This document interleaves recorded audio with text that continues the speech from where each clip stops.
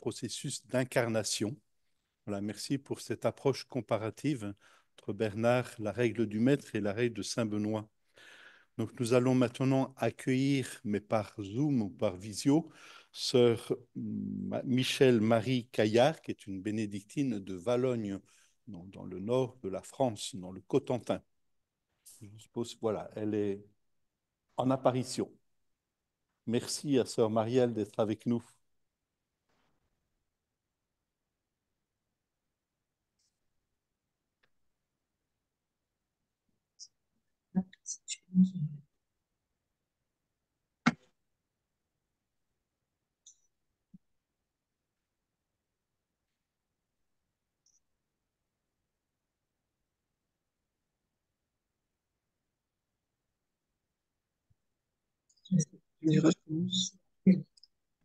Nous n'entendons pas sœur Marielle. Oui, c'est Michel Marie. Mais je peux commencer là. Ah, voilà. Voilà. Alors, quelques années après la mort de Saint Benoît, son monastère du Mont Cassin est laissé en ruine par les hordes des Lombards. Sont sauvés quelques manuscrits et le texte de la règle, heureusement. Des moines bénédictins iront évangéliser l'Angleterre, tandis que Colomban et des moines irlandais fondent à Luxeuil ce foyer qui va rayonner longtemps sur l'Europe monastique. Cependant, à côté de l'austérité radicale et sévère de Colomban, on redécouvrait la modération, la discrétion de Saint Benoît. Il s'agit alors de choisir entre la règle de Colomban, quelques autres règles et la règle de Benoît. On n'en est pas encore à les commenter. Dans le même temps, affrontements et guerres ensanglantent l'Europe. Charles Martel barrait la route à l'islam et se présentait comme un sauveur du christianisme. Et parallèlement, les querelles intestines, les luttes du pouvoir exigeaient de trouver de l'argent et des terres. On regardait du côté de l'Église pour venir au secours des princes, donnant, donnant. Ainsi s'amorce la décadence mérovingienne, qui ne fut pas que sociale et politique, mais aussi religieuse et monastique. Charlemagne voulut édifier un nouvel empire d'Occident. Très vite, il entreprend une réforme de la vie monastique pour des motifs évidemment plus politiques que religieux. Les monastères constituant en effet une sorte de maillage de l'empire, ils pourraient devenir ainsi un instrument au service de l'unité de cet empire. Charlemagne se procure une copie de la règle de Saint-Benoît pour l'imposer à tous les monastères francs. De cette règle, il voit surtout ce qu'elle enseigne quant à l'ordre, l'obéissance, le travail, la bonne organisation et la répartition des tâches. L'aspect religieux lui échappe. Toujours est-il que ces envoyés vont être chargés de veiller à ce que les moines mènent une vie conforme à la règle et que les abbés enseignent à vivre selon ce qu'elle commande. Dès ce début de l'ère carolingienne, s'installe une sorte de principe, non dit d'abord, puis de plus en plus manifeste, une règle comme il n'y a qu'un empire, ou plutôt une règle au service d'un empire. C'est sans doute le Saint-Esprit qui va quelque peu brouiller les cartes des princes. Transcendant le désir politique d'utiliser la règle de Saint-Benoît, un homme va être l'artisan d'une authentique réforme monastique, c'est évidemment Benoît d'Aniane. Et si l'on veut parler des commentaires de la règle de Saint Benoît à l'époque carolingienne, il est nécessaire de souligner le rôle éminent de ce personnage majeur de cette époque. Sa vie monastique personnelle le fait passer d'une grande austérité inspirée des pères du désert, de Pacôme, de Basile, à l'amour de la règle de Saint Benoît. Quand il fait construire un grand monastère, il entreprend dans le même temps une réforme de la vie monastique, s'efforce d'étudier toutes les règles monastiques connues alors et utilisées dans les différents monastères. Le rôle de Benoît d'Aniane, devenu conseiller de l'empereur Louis le Pieux, qui a succédé à son père Charlemagne, s'exprime avec force à Aix-la-Chapelle lors de ce chapitre général des moines d'Occident, voulu par l'empereur pour créer l'uniformité attendue, condition à ses yeux de l'unité de l'Empire. De cette assemblée d'Aix-la-Chapelle va sortir le Capitulare Monasticum en juillet 817. Cela pourrait être un coutumier. Cependant, il ne décrit pas ce qu'on fait, il dit ce qui doit être fait. Il a un caractère normatif, faisant le tour de tous les domaines de la vie monastique. Les canons qui sont ainsi dictés apparaissent déjà comme ce qu'on pourrait appeler un peu audacieusement un premier commentaire carolingien de la règle de Saint-Benoît. Vers 820, Benoît d'Aniane écrit la Concordia. Le père Jean-Luc Molinier, moine d'Ancalca, note avec justesse: la Concordia n'est pas une concordance, mais bien une concorde de règles qui permet à chaque moine de se rendre compte que les prescriptions qu'il a à suivre sont fondées sur une véritable tradition monastique. La Concordia, en effet, se présente comme un ensemble de chapitres sur certains aspects de la vie monastique. Le point de départ de chaque chapitre est un passage de la règle de Saint Benoît, suivi de textes venus des règles antérieures qui en constituent comme une justification. L'ensemble pourrait être lu aussi comme un commentaire de la règle, un second commentaire carolingien en somme. De la même façon qu'on regarde les us et coutumes des différents monastères pour créer une certaine unité, de la même façon, on considère toutes les règles anciennes pour voir en quoi elles préparent la règle de Saint Benoît, véritable sommet de l'enseignement monastique. Benoît d'Aniane a donné une impulsion majeure. Tous les monastères vont s'appuyer sur la règle de Saint Benoît, mais les véritables commentaires en seront les coutumiers des monastères et les interprétations données par les chapitres des abbés. Commentaires non écrits, qui du moins n'ont pas laissé de traces actuellement connues, soyons prudents, ils pourraient prendre parfois la place de la règle comme une Torah orale à côté de la Torah écrite. Et voici qu'apparaissent deux moines qui vont donner les deux grands premiers commentaires de la règle de Saint Benoît, Hildemar et Smaragde. Ils sont contemporains, ce qui n'aide pas à déterminer quel est l'auteur du tout premier commentaire, et les avis à ce sujet ont varié et restent partagés, même si aujourd'hui on pense que le premier est celui de Smaragde. Hildemar a dû mourir vers 850, Smaragde vers 830. Hildemar est moine de Corbie, grande abbaye du nord du pays franc. Smaragde est un homme du sud de la Gaule, peut-être du nord de l'Espagne.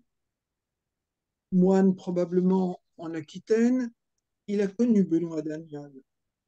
Puis il a été abbé de Castellion, devenu l'abbaye de Saint-Mihiel, dans la région de la Meuse, à l'est de la Gaule. Deux fois, dans son commentaire, il évoque brièvement l'assemblée d'Aix-la-Chapelle et ses décrets. On est donc directement dans la mouvance des décisions de cette assemblée en pleine période carolingienne. Le texte d'Hildemar nous est parvenu sous trois formes. La recension appelée d'Hildemar, une autre de Paul Diacre, du Brève, et une troisième d'un moine appelé Basile. Hildemar avait été sollicité par l'archevêque de Milan pour venir aider à une nouvelle fondation. Puis il a donné un enseignement au monastère de Civate jusqu'à sa mort. Son commentaire de tous les chapitres de la règle, verset par verset, sans en omettre aucun, est le reflet de cet enseignement. Il porte les marques, la force, les faiblesses, les longueurs, les redites d'un texte parlé, sans doute pris en note par des scribes, et n'a pas de valeur littéraire. Comme Smaragde, il demeure à une formation de grammaticus. Il a le souci d'expliquer les mots de la règle et de ne pas laisser les moines dans l'ignorance. En cela, il obéit à certains décrets d'Aix-la-Chapelle. Comme Smaragde encore, il renvoie volontiers aux œuvres de ces véritables encyclopédistes de l'Antiquité tardive que sont Isidore de Séville, Bède le Vénérable, et aussi aux grands maîtres Cassien, Grégoire. Son propos reste très pédagogique. On lui a demandé d'être un formateur, il se montre tel. Son commentaire tient le plus souvent du coutumier. Il prodigue des conseils à partir de sa propre pratique et nous renseigne sur bien des usages de son temps, dont certains étonnent aujourd'hui, mais qu'il a reçu mission de transmettre. À ses yeux, si la règle elle-même est une maîtresse de vie, l'expérience ne l'est pas moins. Cette expérience, avec ses changements, ses hésitations, ses contradictions, est l'œuvre du temps et de la persévérance, mais elle est aussi surtout l'œuvre des frères eux-mêmes. Quant au message spirituel d'Hildemar, il comporte deux grands thèmes sur lesquels il revient souvent. La nécessaire adaptation entre fin et moyen et le passage progressif, nous revoilà dans des degrés, de la crainte à l'amour. Et ceci se vérifie particulièrement dans ce qu'il conseille à l'abbé, son témoignage de vie, son enseignement, sa manière de reprendre et corriger. Il l'invite à se montrer fin psychologue et père plein de bonté. Hildemar n'hésite pas à dénoncer des comportements hypocrites, des pratiques qui visent à se servir plutôt qu'à servir. Il fustige le souci des affaires terrestres qui remplace le souci des âmes. Dans la description très minutieuse de certains usages, on peut retenir les longues pages qu'il consacre aux enfants nombreux au monastère, comment les traiter, les nourrir, les former. On peut noter aussi la description surprenante de l'accueil d'un nouveau frère. Je le cite. Il sera habillé, dit-il, de beaux vêtements, cuirasse, bouclier, lance, épée et ceinturon. Il viendra au chapitre ainsi habillé avec les vêtements du siècle et les armes. Il se tiendra debout au chapitre. À ce moment, l'abbé lui fera un sermon sur le royaume de Dieu. Dans ce commentaire voisinent ainsi des images de la société du temps, celle du chevalier qui choisit de devenir moine, et le double tableau de la récompense éternelle d'un côté ou de l'enfer promis à qui retournerait vers ce monde mauvais. Une bonne psychologie, une théologie assez simple, sans originalité. Le but était de montrer ce que doit être la vie quotidienne au monastère. Hildemar a rempli son rôle. Le texte de Smaragde est d'une toute autre facture. La langue d'abord en est soignée, précise, élégante. Son commentaire du prologue est précédé d'une longue et poétique préface en vers qui donne le ton et dit déjà ce qu'est l'admiration de Smaragde pour Benoît et l'esprit dans lequel il va le commenter. Le commentaire du prologue, seul texte traduit actuellement dans une langue vernaculaire, le français, occupe une grande place. Celui des différents chapitres est beaucoup plus sobre et bref. La composition de l'ensemble, comme celle des phrases, est très travaillée. L'auteur aime des parallèles, il aime établir des parallèles, des oppositions. On retrouvera cela chez Saint Bernard. Monter vers le ciel, descendre vers l'Hadès. Bien et mal y conduisent sont souvent le schéma de ces explications. Le modèle constitué par le psaume premier n'est jamais bien loin. Le commentaire de Smaragde est théologique, spirituel. Il témoigne d'une ouverture à un public monastique, si l'on peut dire, plus large et déjà mieux formé que celui d'Île-de-Mar. Surtout, son intention a moins une portée pratique, on n'établit pas un coutumier, que celle de montrer les fondements scripturaires, patristiques de la règle. Si l'on dit parfois que la langue de Saint Benoît est tellement l'écriture qu'il parle Bible, on pourrait dire autant, presque davantage, de Smaragde. Sa façon d'écrire semble imiter la manière rabbinique de lire l'écriture qui porte le nom de collier. À partir d'un mot de Saint Benoît, Smaragde navigue dans tous les textes bibliques où il se rencontre. Mais il le fait d'une manière très éclairante, tellement élégante, subtile et intelligente, si l'on peut dire, qu'on n'a pas du tout l'impression d'un pur jeu d'esprit.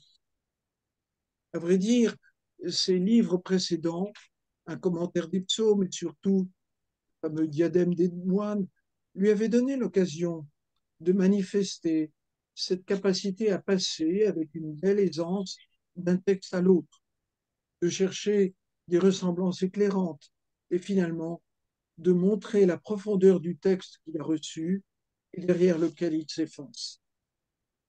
Son commentaire retient tous les chapitres de la règle. La plupart sont évoqués de façon sobre, rapide, cependant pertinente. 4 morceaux, si l'on peut dire, sont de taille plus imposante et présentent un intérêt majeur. Le très long commentaire du prologue, celui du chapitre 4 sur les instruments de l'art spirituel, celui du chapitre 7, enfin le chapitre 64 sur l'institution de l'abbé. Le commentaire du chapitre 4, par exemple, témoigne d'une vraie connaissance de l'âme humaine, de ses forces, de ses turpitudes, d'une expérience de la vie spirituelle et monastique. Chacun des instruments est exposé, expliqué et suscite une profusion d'idées personnelles et originales. Saint Benoît demandait aux candidats à la vie monastique s'ils cherchent vraiment Dieu.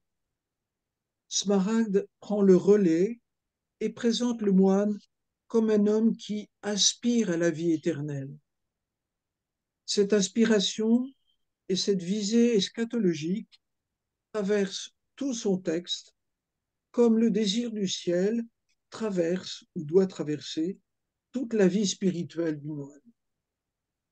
Désir de Dieu, désir de la joie sans fin avec les anges, les prophètes, les apôtres, les saints, mais le péché, celui d'Adam comme le nôtre, nous tient loin de Dieu.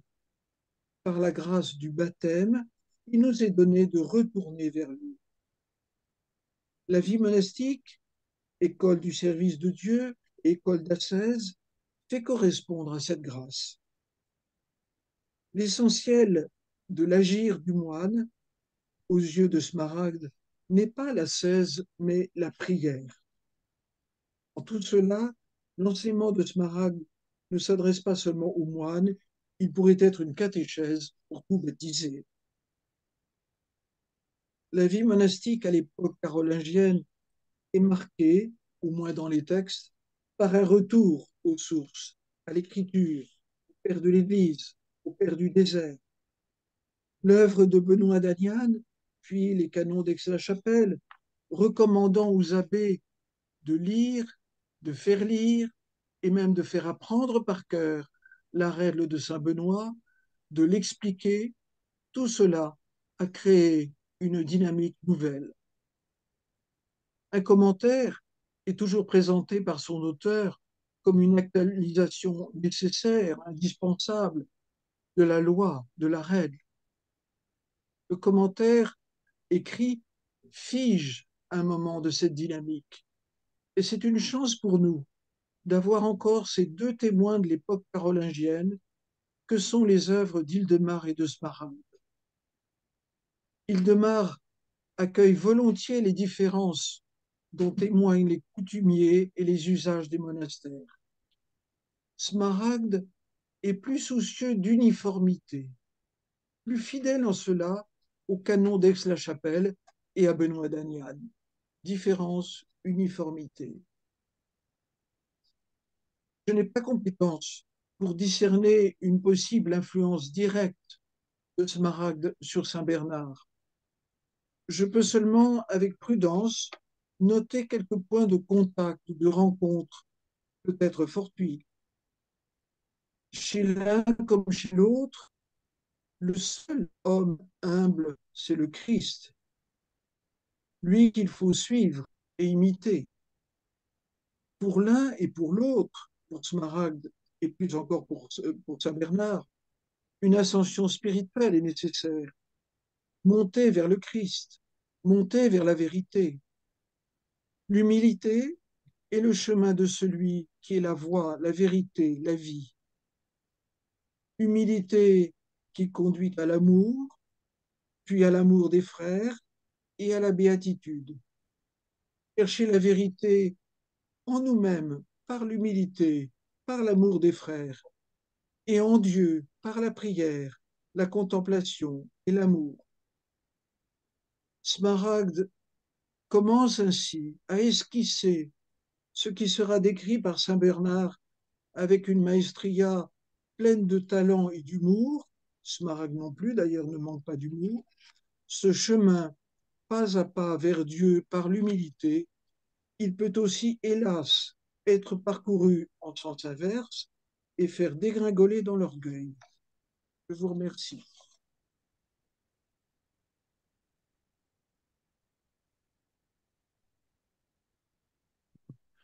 Merci, sœur Michel Marie, de nous avoir partagé votre connaissance de la tradition exégétique de la règle en période aussi ancienne que la période carolingienne. Donc, nous disposons maintenant d'une demi-heure d'échange, questions-réponses. Donc, j'invite le père Fernando et puis Maxime Venetsco de rejoindre ici la table des conférenciers pour ce temps d'échange. Puis, si sœur Michel Marie peut rester présente, elle est bienvenue.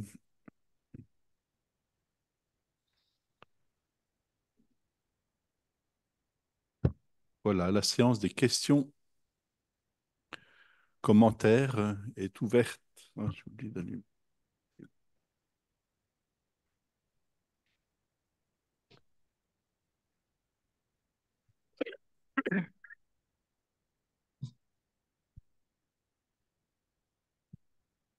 Oui, une question pour Maxime. Est-ce que, bon, il est assez peu probable du coup que Bernard ait eu un accès direct à l'échelle de Jean Climax, si je vous ai bien suivi. En revanche, il a probablement eu accès à des textes qui avaient eu accès à ce texte, donc de façon indirecte, en particulier enfin, chez les pères grecs. Est-ce qu'on a des traces de transmission indirecte comme ça, de fragments de l'échelle ou de commentaires ou, qui seraient passés dans le monde occidental Merci pour cette question. Oui, c'est encore une voie donc à explorer. Comme je mentionnais, donc on connaît un seul manuscrit du Mont Cassin, donc du XIe siècle. C'est une anthologie et donc il y a des extraits de l'échelle parmi ceux d'autres pères de l'Église et des écrivains ascétiques. Peut-être un accès à ce florilège, mais je ne connais pas la tradition donc, de Bernard, comment il a travaillé avec quel florilège, anthologie, ou bien des extraits de textes. Mais c'est vrai, donc il faut encore creuser donc, cette question de la réception donc, de l'échelle dans le monde occidental à cette époque-là, 12e siècle. Bon, ce que je peux dire pour la tradition de l'échelle au 12e siècle, donc il y a pas mal de manuscrits, enfin, je dirais une vingtaine de manuscrits d'origine de l'Italie du Sud, d'origine calabraise et de sicilienne. Donc il y a, oui, il y a donc ce groupe de manuscrits de l'échelle copiés donc en Italie du Sud. Et peut-être donc il y avait un lien donc avec le monde occidental mais bon, c'est les manuscrits évidemment en grec.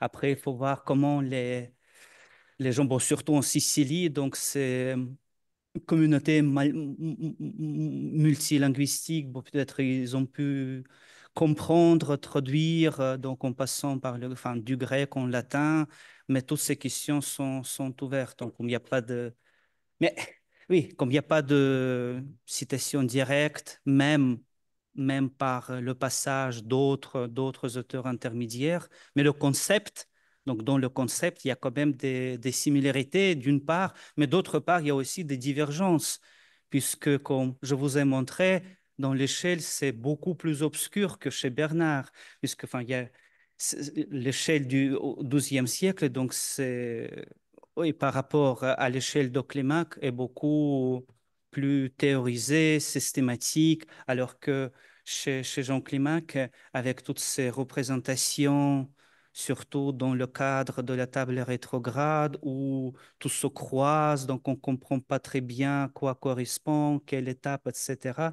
Donc, c'est tout à fait un autre monde. Donc, il y a plus de divergences que de similitudes si on commence à comparer le monde de l'échelle de Jean du Sénat et puis le monde du XIIe siècle. Ce qui me vient aussi à l'esprit, ce que dans la tradition grecque, où il y a les extraits de l'échelle, pas le texte entier, mais les extraits de l'échelle, puisque la tradition, je vous ai mentionné, la tradition directe, près de 450 manuscrits codiques, mais il y a aussi le même nombre ou même plus des manuscrits grecs, byzantins, post-byzantins, avec les extraits et les citations de l'échelle. Et donc, dans ces manuscrits, quelquefois, enfin, j'ai vu 3, 4 cas où il y a une échelle à 12 degrés. Donc, je devrais encore vérifier, est-ce que c'était une traduction donc, de l'échelle de Bernard ou bien une échelle proche de celle de Bernard. Donc, c'est plutôt dans le sens inverse qu'il y a plus d'emprunts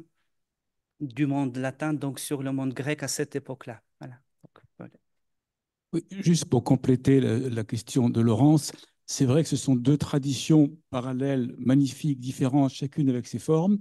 L'échelle de 12 degrés est présente dans les enluminures de l'époque carolingienne, mais on a quand même au XIIe siècle, par exemple, dans le Hortus Deliciarum de Hérode de Landsberg, on la verra demain soir, l'enluminure de l'échelle céleste se fonde chez Hérode sur les textes d'Honorius Auguste de Lensis, mais la forme du dessin vient de Climac directement. Et ça, c'est au XIIe siècle. Donc, il y avait, c'est pas étonnant, parce qu'on est en Alsace et on a d'autres exemples dans ces régions par l'Empire d'éléments qui viennent vraiment du monde byzantin dans l'Empire et qui sont nombreux. Et là, c'est pas étonnant que dans l'Empire, il y a en tout cas des certitudes dès le XIIe. Tout à fait, absolument. Pourriez-vous préciser de quelle image vous parlez? Donc, vous parlez de l'icône cinétique ou bien des miniatures? Je pense des miniatures dans le Hortus Deliciarum de Hérode de Landsberg, vers 1190. Voilà. On l'en verra demain soir. Et dans le livre sur l'échelle céleste, vous la trouverez.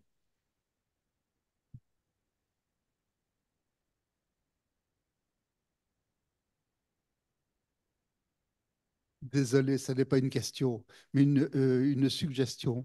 Le milieu de Gioacchino da Fiore, bon, Pace, le cardinal de Lubac, Joachim de Flore a joué en Italie du Sud un rôle très, très important. Il est parfaitement informé des œuvres de Bernard, il est parfaitement informé d'un certain nombre d'œuvres du milieu gréco-sicilien, etc. Et par conséquent, je pense qu'il faudrait sonder aussi ce milieu-là. Je ne peux pas le faire, ce n'est pas à moi de le faire, mais c'est à voir, il me semble.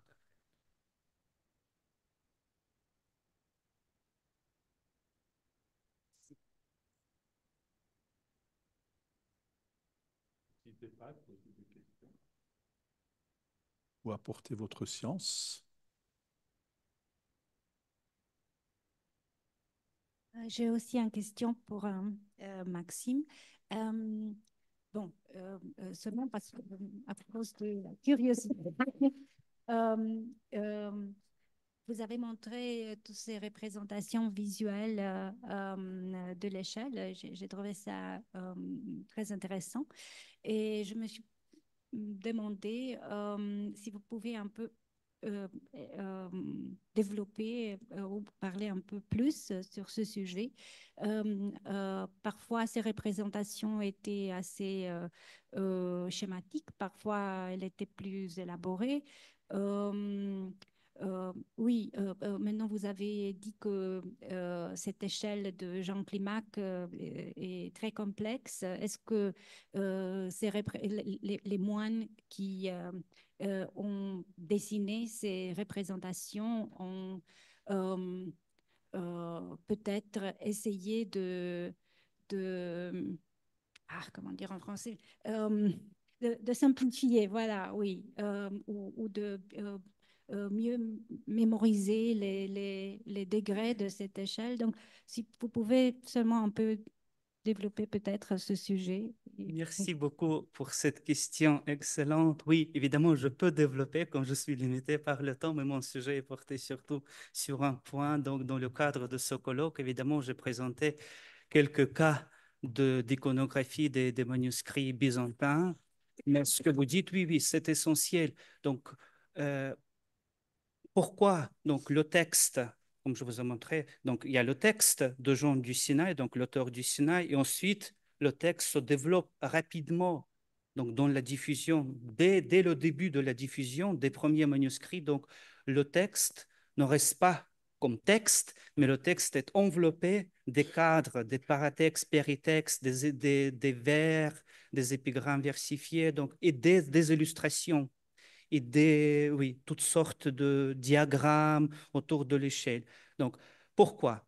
Donc, d'abord, la réponse est déjà dans la lettre qui précède les discours ascétiques de Jean du Sinaï. Donc, l'auteur, Jean du Sinaï, a laissé une lettre en disant « Voici ce que je peux faire » en s'adressant à une autre communauté au Sinaï aussi, mais à un monastère, disons à 25-30 km du monastère de Sainte-Catherine, ce que nous appelons maintenant le monastère de Sainte-Catherine. Donc, l'auteur du Sinaï même s'adresse à un autre monastère en disant « Voici ce que je peux faire, mais j'ai fait d'une façon assez pauvre. Donc, c'est à vous de compléter et d'embellir. » Donc, il y a ce mot « compléter » et « embellissez ». Peut-être ça a donné donc, une source pour toutes sortes d'illustrations. Donc, d'abord, pour créer donc, une structure. Et donc, comme je vous ai expliqué un peu, donc donner les résultats de mes recherches, donc, dans le corpus manuscrit, je n'ai jamais trouvé donc, des textes initiaux avant le cadre du monastère de Reitu, donc avec une belle échelle à 30 degrés qui correspond en fait au Christ. Mais pourquoi au Christ? Pourquoi tout ça on met dans les controverses christologiques? Puisqu'il fallait montrer que le Christ est devenu parfait homme pour les communautés monophysites syriaques autour. En fait, c'était une sorte de commande de Constantinople. Donc ce cadre donc encadrait les discours ascétiques composés donc dans cette région du Sinaï, donc avec le cadre de Constantinople, pour ensuite tenir donc toute cette communauté monophysite syriaque sous le pouvoir de Constantinople. Donc ça, c'est un peu le contexte politique de tout cela. Mais bon, donc je vous ai donné donc un indice donc philologique textuel, puis donc il y a